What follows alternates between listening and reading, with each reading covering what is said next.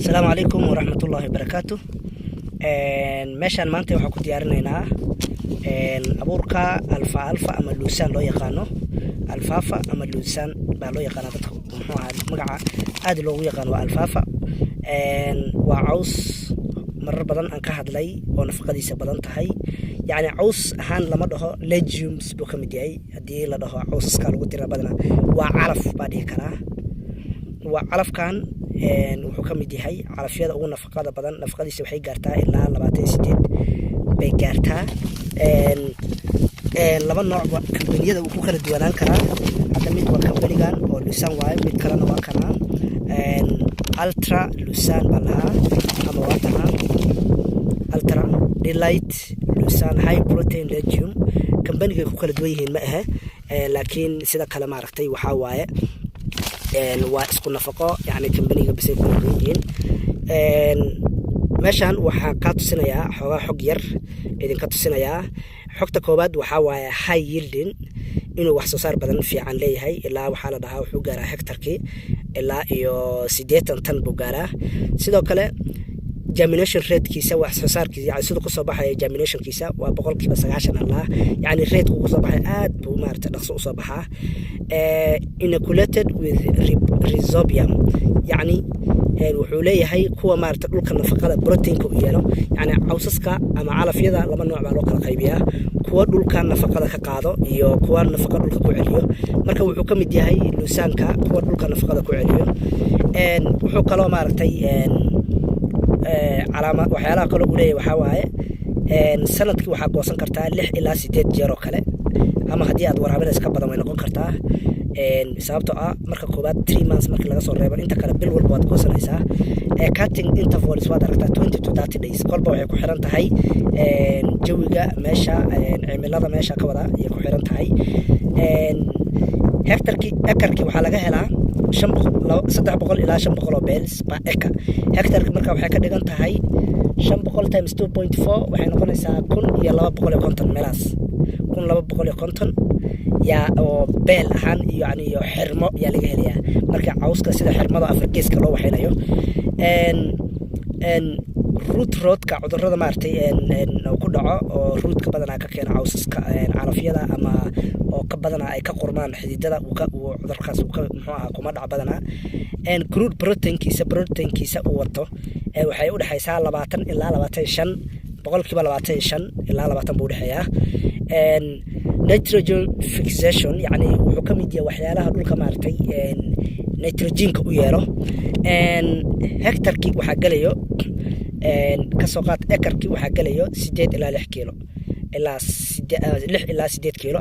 hektarkii markaas waxay ka dhiganta 9 ilaa iyo 12 kiilo, 9 ama 12 kiilo. marka spacing laba spacing baa badanaa la isticmaalaa.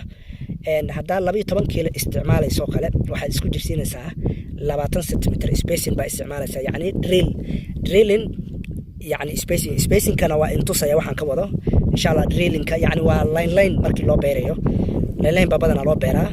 yani line baad jeexaysaa sida beerta hadda in ka tusi doono kale, kadib 20 centimeter yaad u waxaynaysaa. halkaas waxaa noogu eg labada caws oo noocyadiisa. marka for example dhulka qaarkood uu nafaqada yar yahay, iyada iyo waxaa isku daraysaa fertilizer. isaga iyo fertilizer baa isku daraysaa. 1 kiilo oo luusan ah waxaad ku daraysaa 3 kiilo oo fertilizer ah. way fahanteen? 1 kiilo oo alfalfa waxaa ku daraysaa 3 kiilo oo fertilizerka ama kushiima ama nafaqada ah. hadda tan waa isticmaalayno waa DAP. waxaa kaloo isticmaali kartaa NPK yaa isticmaalaysaa. DAPta badanaa waxay ka caawinaysaa xagga soo bixitaanka dhulka maaragtay ay ku yartahay potashka, potassiumka dhulka maaragtay geedka markuu soo korayo, sida hadda carradanadoo kale hadda beertaan ku beerayno. marka waa kana marka la isku daro waxaas gudguduudka arkayso waa abuurkii cawska muxuu ahaa calafka alfalfa ama luusanka. wakaasa 1 to 3 waay, 1 to 3 1 kg of luusan ilaa muxuu 1 kg luusan waxaa ku daraysaa 3 kiilo oo bahalkiga ilaa 4 kiilo sometimes ku daraysaa, waliba 3 kiilo 4 kiilo actually 4 kiilo nus kiiladii 2 kiilo ay qaadanaysaa. 1 to 4 ka dhig, waxaa wanaagsan 1 to 4 sababtoo anaka waan fiirinay. then waxaan idin tusi doonaa insha Allah habka loo daadiyo reeliska carrada markaas u soo qaado dhulkaada saan oo kale u waxaynaysaa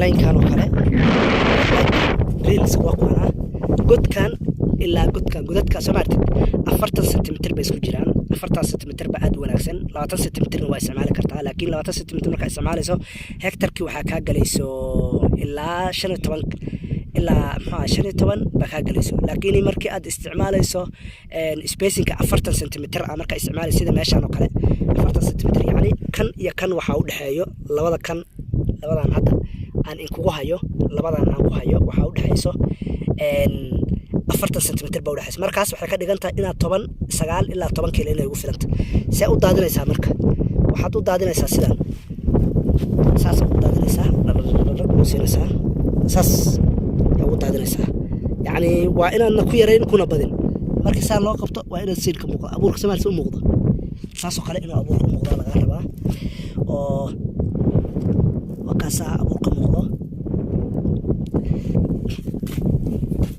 saas u daadinaysaa I hope inaad arkaysiin meeshaan oo kale abuurka waa loo jeedaa hadda kaamirada ku dhaweeya abuurka soo muuqdo waad aragtaan hadhowna saas u soo baxay biyaha markay ku dhacaan marka maraan biyaha kolba waxay ku xiran tahay biyaha isticmaalayso haddii aad mid si roobka kale u soo shubaysa ringan ama sprinkler isticmaalayso sprinkler biyaha daadinaysa ku filan haddii kale biyo aad isticmaalayso drip irrigation kan sidoo kale waa godadka isku dhaweynaysa dadka qaarkoodna waxay isticmaalaan biyaha socdo kale waxa fiican inaad maaragtay marka hore xoogaa carrada jag la siiyo yani carrada lagu yara duugo haday wax yar jag lagu siiyo oo duugistana waxaan ka wada yani duugista waxa ka wada saan oo kale waa in la dhahaa oo carrada saas u haysaa saas dhadaa la duuga saan loo duuga wax yar saas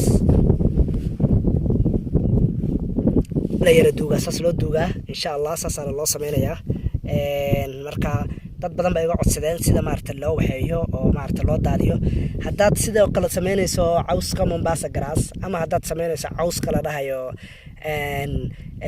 mulato 2 cawsaskaas oo kale miraha dhan sidaas sameynaysaa seed rate-ka waxay isticmaalaysaa halka kiilo waa inaad ku dartaa 4 kiilo oo maartay 4 kiilo oo nafaqo ah ama waxa u taqaano kushiima ah ama fertilizer waa inaad ku dartaa rate-ka 1 kg 1 to 4 kg waa mar walba inay fertilizer ka badan tahay si evenly maartay sababta abuurku fara badan haddii aad ka yarayso sida ayada waa abuur badan ba ka khasaarayo marka sidaas waa drillka marka habka loo beero waa habkan drillingka la dhaho spacingka 40 centimeter hatta isla laftirkiisa alfa ama Mombasa garas haddii aad taan oo kale u waxaynayso tabtinka la laynka inaad isticmaasho rabtid tabtinkan oo kale u waxaynaysaa saas u waxaynaysaa insha Allah biidnillah